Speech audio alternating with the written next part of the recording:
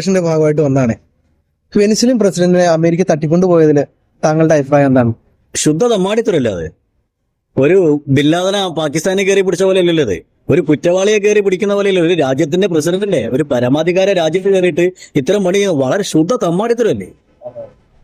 വളരെ മോശം. അതിനെക്കുറിച്ച് കൂടുതൽ നിങ്ങൾക്ക് എന്താ പറയാനുള്ളത്? കൂടുതൽ എന്നാ പറയാനാ? എന്തോ കാര്യമായിട്ട് പഠിച്ചിട്ടുണ്ടെന്ന് തോന്നുന്നു. അല്ലല്ലേ, നമ്മള് പേപ്പർ വായിക്കുന്നത്, പിന്നെ നമ്മൾ കാര്യങ്ങൾ മനസ്സിലാക്കുന്നുണ്ടല്ലോ.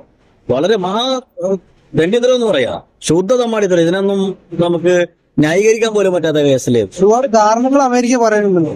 അതുകൊണ്ട് അപ്പൊ അവരുടെ രാജ്യത്തിലേക്ക് മറ്റേ മയക്കുമരുന്ന് നടത്തുന്നുണ്ട്. ഇതെല്ലാം അവരുടെ റീസൺ. അവരുടെ രാജ്യത്തോട് വരുന്ന അവർക്ക് ബ്ലോക്ക് ചെയ്തോളൂ. അവര് അറിയാത്തൊരു കപ്പലോ ഒരു സാധനം ഒരു വണ്ടി അവിടെ എത്തുന്നില്ലല്ലോ. എന്തായാലും ഈ ചെയ്തത് വളരെ മോശമായി പോയെന്നാണ്. വളരെ മോശം. അത് ചെയ്യാൻ പാടില്ല. ഒരു രാജ്യത്തും കയറി ഇനിയിപ്പോ അതിനെ തൊട്ടടുത്തിരിക്കുന്ന ഗയാന, ആകെ 8 ലക്ഷം പേരേ ഉള്ളൂ ആ രാജ്യത്ത്. അവിടെ ഇതിനേക്കാൾ കൂടുതൽ പെട്രോളോ ഡീസലോ, ഇത് സത്യത്തിൽ അതാ ഇവരുടെ പെട്രോളോ ഡീസലോ പൊക്കാനുള്ള പരിപാടിയാണുള്ളത്. അപ്പൊ അതിന്റെ തൊട്ടടുത്ത് 8 ലക്ഷം ജനങ്ങളുള്ള രാജ്യമുണ്ട്. അതിനെപ്പറ്റി ഇന്ന് ട്രംപ് പറഞ്ഞിട്ടുണ്ടായിരുന്നു.